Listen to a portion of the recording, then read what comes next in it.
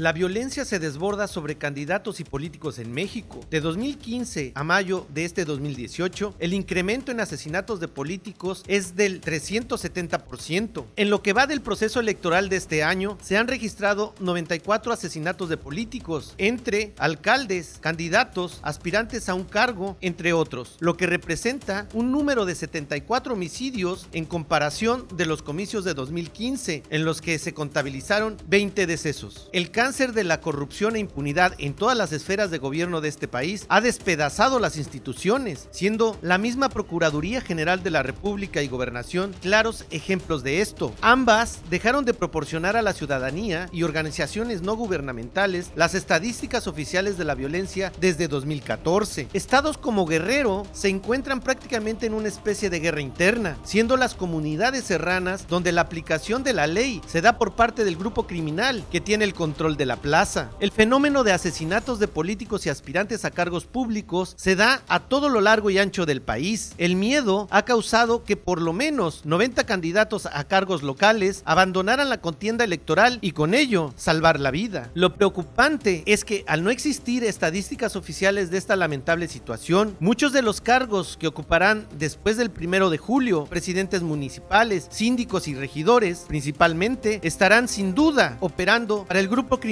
de la localidad. Bienvenidos a su canal por internet de Primera Visión. Soy Bernardino Chávez.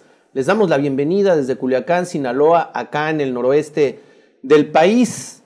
Este 2018, como sabemos todos, es un año electoral y este año electoral ha traído un fenómeno que no se había dado, por lo menos no se dio en las elecciones pasadas, y nos referimos a los casos que han llevado a ser víctimas de asesinatos, de levantamientos, de todo tipo de violencia, candidatos a ocupar cargos tanto locales como federales. Este fenómeno está realmente preocupando a lo que es la ciudadanía. No se habla tanto en la prensa nacional, están más volcados sobre los candidatos, sobre quiénes son los que van a ocupar algunos cargos, pero créame que es una violencia desatada, desmedida. En una de las consultoras que ahorita le vamos a explicar a usted, pues ha subido en un 300% a comparación de la pasada elección los asesinatos de candidatos a ocupar cargos locales, sobre todo. Guerrero es quien está en focos rojos debido al alto grado de violencia. Eso lo hemos oído por todos lados. Hoy vamos a tener este tema aquí, vamos a ver desde Sinaloa cómo está Sinaloa también en este sentido y qué es lo que se espera de toda esta violencia. Va a aumentar conforme se vaya acercando este 1 de julio. Hoy le vamos a dar nuestro punto de vista desde acá, desde Sinaloa. Para ello les presento a mis compañeros y amigos: Alejandro Sicairo Rivas. ¿Qué tal? Qué gusto saludarlos. Ernesto Saldaña García. Un saludo a Sinaloa y a todo México. Le comento a usted que nos ve y que nos oye, gracias. Mire, el director de Consulta Etelec, que es una consultora que ellos se dedican a análisis de riesgo, comunicación, políticas públicas, ofrecen también servicios especializados de consultoría, estrategia de comunicación, campañas electorales, políticas públicas e inteligencia de fuentes abiertas. Ellos el pasado 10 de mayo dieron su cuarto informe de violencia política en México. El informe expone la actualización del mapa de violencia política en el país. Cifras, le digo, a partir del 8 de mayo, y durante los primeros 8 meses del proceso se han contabilizado un total de 305 agresiones directas e indirectas en contra de actores políticos y familiares. Dichas agresiones arrojan un saldo de 93 políticos asesinados, 35 de los cuales eran precandidatos y candidatos, incluyendo también autoridades electas y dirigentes partidistas, principalmente en el ámbito municipal. Adicionalmente, 44 familiares de actores políticos también han perdido la vida. Nos referimos entonces a un grado de violencia que no se había visto. Antes se decía que el crimen organizado se mataban entre ellos y que no iba a llegar a lo que es la política. Hoy vemos que esta violencia ha alcanzado a todas las esferas y los políticos, como estamos viendo, ya no son una excepción. Ahora es parte también de las cifras rojas de este país. Alejandro, pues vemos aquí en lo que es la consulta ETELEC que ha aumentado de manera considerable este asesinato de políticos, principalmente locales. Hablamos quizás de sindicaturas muy pequeñas, municipios muy pequeños, quizás enclavados en una sierra como la Sierra de Guerrero, pero eso nos trae un panorama de cómo se ha intensificado y cómo se ha puesto ya en, digamos, también el banquillo de los, si no acusados, por lo menos sí de la violencia a estos presidentes municipales, regidores, diputados, y que ahora sí no se escapa absolutamente nadie de esta violencia que ha matado mexicanos como si estuviéramos en guerra. Es que la violencia que vive el país, la violencia derivada de la delincuencia, del crimen organizado, del crimen desorganizado, pues obviamente que también se va a trasladar, se va a traducir a las campañas políticas, porque recordemos que ese tipo de delincuencia también juega en las elecciones, participa en las elecciones, trata de influir y trata de tener en posiciones claves a personajes de negro historial incluso, para que les sirvan desde ahí, de esas posiciones, desde el Congreso, desde las presidencias municipales, desde las gubernaturas, desde la presidencia, en fin, ¿no?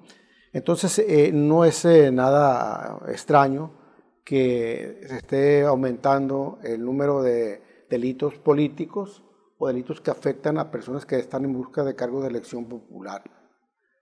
No se ha manifestado con claridad esto en Sinaloa, pero recordemos que en la elección de 2016 se manifestó unas horas, unos días, 3 días antes de ir a votar, tratando de introducirle miedo a los electores para que no fueran a las casillas, y obviamente con la no participación pues ya sabemos a qué partido se beneficia, ¿no? Entonces aquí en Sinaloa, por ejemplo, pues tenemos la renuncia de un candidato a la alcaldía de la coalición por México al Frente, así se llama, creo, Jesús López, era candidato a alcalde de Guasave, y renunció, y el pretexto poco creíble de que estaba enfermo en una rodilla y que le iban a hacer una cirugía, ¿no? Ningún candidato renuncia porque le duele una rodilla, hacían en silla de ruedas en la campaña, no tiene por qué renunciar. Entonces ahí se supo. Pero antes de eso también hablaba de hostigamiento, se veía por ahí. Fue amenazado por una célula del crimen organizado que opera en esa región y que decidió por miedo no participar, ¿no? Entonces es arropado por los partidos de Acción Nacional, Sinaloense y Partido de la Revolución Democrática, esa candidatura, y lo matizaron, no dijeron la verdad, lo matizaron como una renuncia por motivos de salud. Entonces ahí hay un elemento de miedo, ¿no? Porque del momento en que no dicen, ¿sabes qué? Lo está amenazando un segmento de la delincuencia y el señor se va por motivos de salud, entonces se está engañando a la población y se le está presentando un panorama engañoso distinto al que es real. Sin embargo, creo que no ha habido elementos aquí muy fuertes, muy preocupantes de violencia electoral, como en otras ocasiones, donde se sabía que el cártel de Sinaloa incluso estaba reclutando votantes o amenazando a la gente que era disidente del proyecto que ellos apoyaban en su momento, ¿no? El proyecto de Mario López Valdés. Esperemos que así siga el clima aquí en Sinaloa, pero de todos modos es lamentable, sí, que estén cayendo, sobre todo en pequeñas regiones, lo que son regidores, alcaldes de municipios muy pequeños, donde se expresan delincuencia o delitos como el huachicoleo, el narcotráfico a pequeña escala o los conflictos entre etnias, ¿no? Sí es preocupante quien sea el candidato, de qué nivel sea o qué puesto aspire, que se esté dando esto en un país donde se supone que las cosas se deben de dirimir por la vía democrática. Sin embargo, es una violencia que está subterránea, oculta, poco visible, frente a la violencia que muestran los candidatos de gran calado, los candidatos a la presidencia, la violencia verbal que están exhibiendo, ¿no? Y esto, al motivar odios, inquinas, rencores, pues creo yo que te está alentando también desde acá, desde la punta de la pirámide, para que abajo también se despedacen un poco. En este sentido, déjeme decirle que estos que se registran 94 asesinatos de políticos a las alcaldías y candidatos a aspiración, significa el 370% en comparación del 2015. Es decir, aumentó 3 veces, o sea, 300 veces esta situación. Vemos que autoridades como el secretario de Gobernación traen, por ejemplo, una situación muy desatinada al referirse a la violencia local. O sea, como se están matando en municipios, en Guerrero, en esto, pero no afecta a lo que es gobernación porque ellos protegen nada más a los candidatos federales. Este tipo de manifestaciones tan lejanas de lo que sería un criterio de manejo global, de seguridad global a todos, no importa si eres de un municipio pequeño o si eres el presidente de la República, si estás compitiendo para uno de estos cargos. Creo que desde ahí viene este fenómeno de que pues se ha podrido tanto el gobierno, lo que es las instituciones, que ahora pues no representan absolutamente nada a favor de la seguridad de los candidatos, ¿no? Sí, efectivamente, Bernardino. Hace unos días y en forma muy lamentable que pudieron haber dejado helados a cualquier ciudadanía de cualquier país las declaraciones de Navarrete Prida, que las voy a citar textualmente, pero aquí en México ya se vuelven normales ante el desentendimiento y la apatía que ha tenido en los últimos años el gobierno en combatir la inseguridad y que no les interesa y que hemos convivido y coexistido con estos niveles altísimos. Y cito a Navarrete Prida en su discurso que dice: la violencia en las campañas políticas se ha concentrado en los casos de quienes aspiran a cargos locales y afortunadamente no se han registrado ataques contra candidatos presidenciales ni a diputados federales o senadores cuya seguridad es responsabilidad de la autoridad federal. Con esto se quita él la responsabilidad. Ahora, déjame decirte otra cosa. Sí hubo ataques a precandidatos presidenciales, porque acuérdate que a Marichuy, allá en Michoacán, si mal no recuerdo, la detuvo un comando armado. Y en la confusión de medios de comunicación jamás se dio una, digamos, un reclamo oficial, ¿no? Un reclamo oficial, exactamente. Y aquí es donde vemos el grado de irresponsabilidad del actual gobierno de la República, que por cierto venimos del año más violento en la historia de México en números cualitativos y cuantitativos. Estamos hablando de más de 29,000 asesinatos y al parecer ellos se quitan la responsabilidad diciendo que son cuestiones locales, como si los candidatos locales, las vidas de ellos no contaran.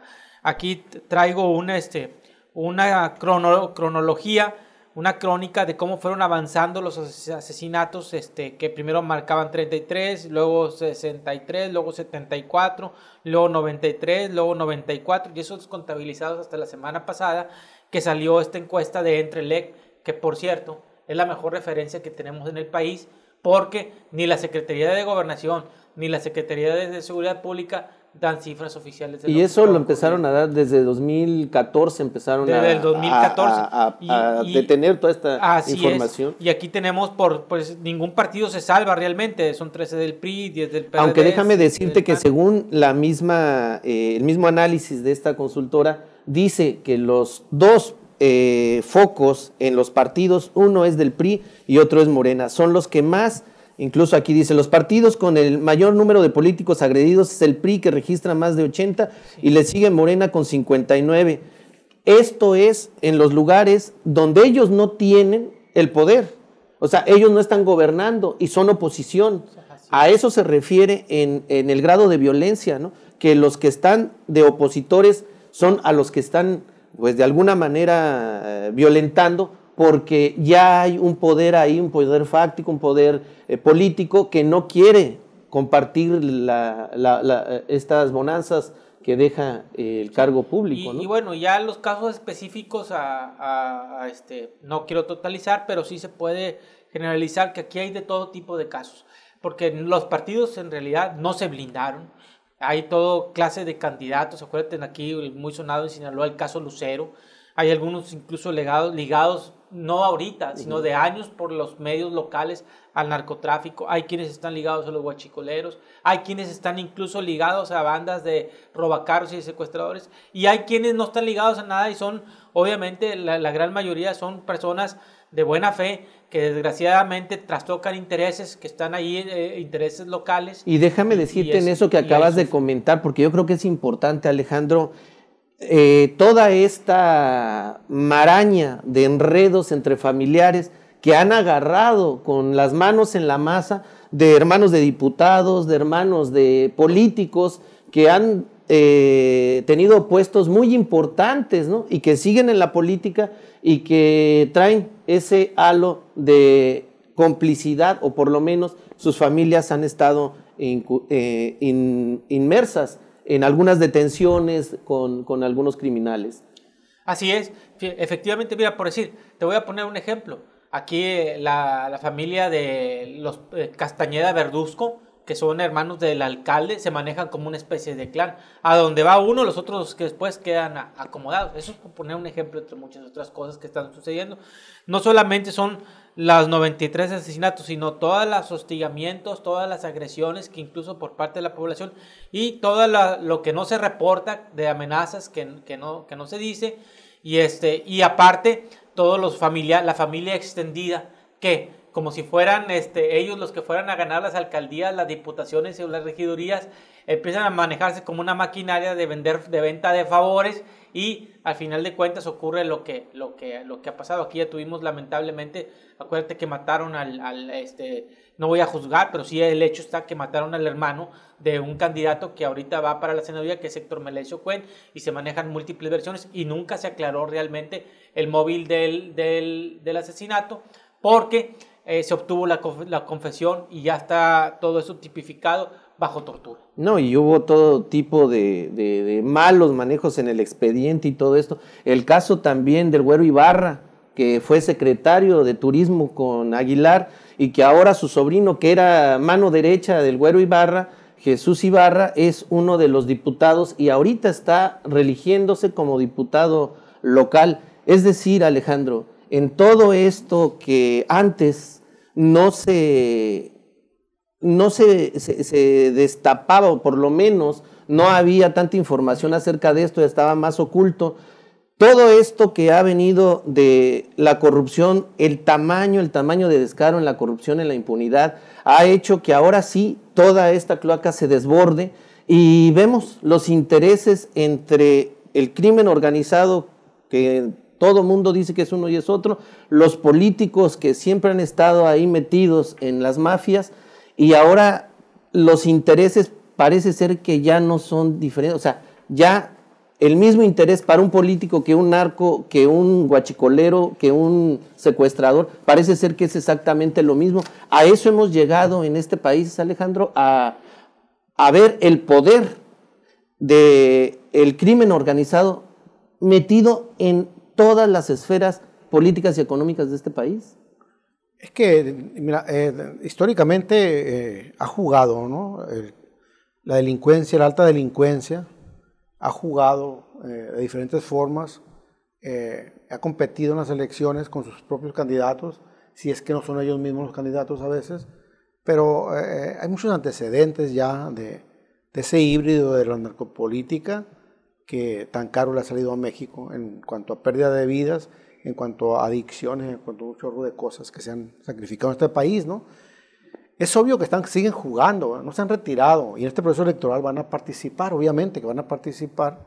Lo que pasa que ya no de una manera muy velada ante los órganos electorales o ante los órganos legales, pero sí de una manera muy evidente ante la capacidad de percepción de la ciudadanía. La ciudadanía sabe quiénes son y a qué bando pertenecen, lo sabe la gente, ¿no?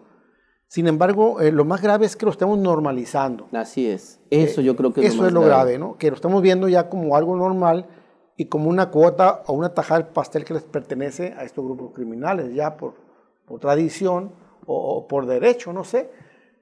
Creo que esto es lo grave porque podríamos ver sentados en las presidencias municipales, en las curules, en los escaños del Senado, en Los Pinos incluso, a narcotraficantes abiertamente, ¿no? Si vamos así, paulatinamente, perdiendo la capacidad de asombro o la capacidad de combate a este tipo de situaciones, si las instituciones, los órganos electorales, las instituciones del Estado mexicano no están afinando también las estrategias, los mecanismos para evitarlo, entonces vamos avanzando hasta que veamos exactamente, con la banda presidencial podemos ver a un narcotraficante, ¿no? Al paso del tiempo.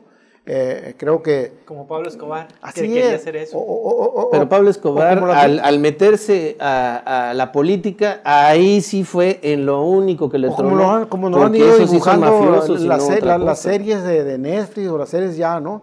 Donde los políticos ya están tomando, incluso una telenovela, incluso Televisa, ¿no? Donde ya Televisa, TV los Azteca. narcotraficantes ya iban rumbo a la banda presidencial. Entonces eso no es ciencia ficción. Lo que pasa es que se está traduciendo la realidad a contar historias que estamos muy próximas de ver ya, concretadas en hechos reales.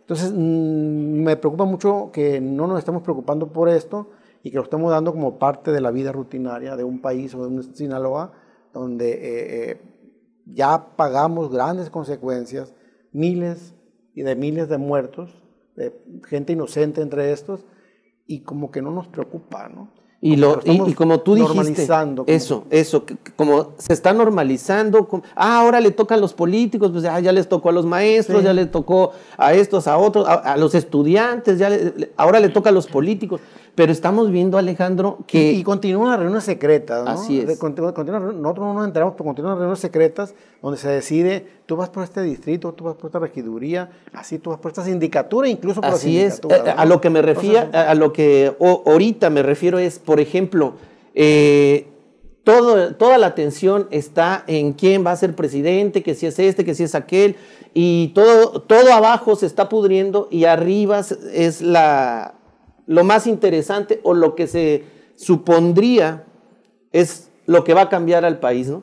Pero vemos que todo esto que son las redes que tienen todos los partidos que están abajo, pues parece ser que también van a llegar a ese 1 de julio en guerras prácticamente violentas de vida o muerte, tanto así de ejecutar gente, para ocupar cargos de diputaciones, de regidurías, de municipios pequeños. Ahí lo que dice Navarrete Prida, bueno, pues a él no le toca lo federal para protegerlos, pero entonces todos esos lugares son puntos estratégicos para la delincuencia, porque se siembra amapola, porque es por tráfico de blancas, porque es el tráfico de menores, porque es un reducto importantísimo. Y todos ellos van a llegar al 1 de julio a pedirle el voto en estos lugares para seguir operando de esta manera.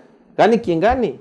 Aquí se está viendo que ese es el andamiaje que este país está ofreciendo para los siguientes 6 años. Eso yo creo que es verdaderamente lo más preocupante. Eso ¿no? es lo preocupante, lo que viene. Ya lo dijo Alejandro. Sí, yo no he visto a ningún candidato presidencial a ese nivel, no he visto que mencione a una organización criminal o que se pronuncie contra un capo poderoso que diga el nombre. No recuerdo que hayan expuesto con claridad una estrategia contra el narcotráfico. Con claridad no, puras trivialidades, lugares comunes, pero no lo han mencionado.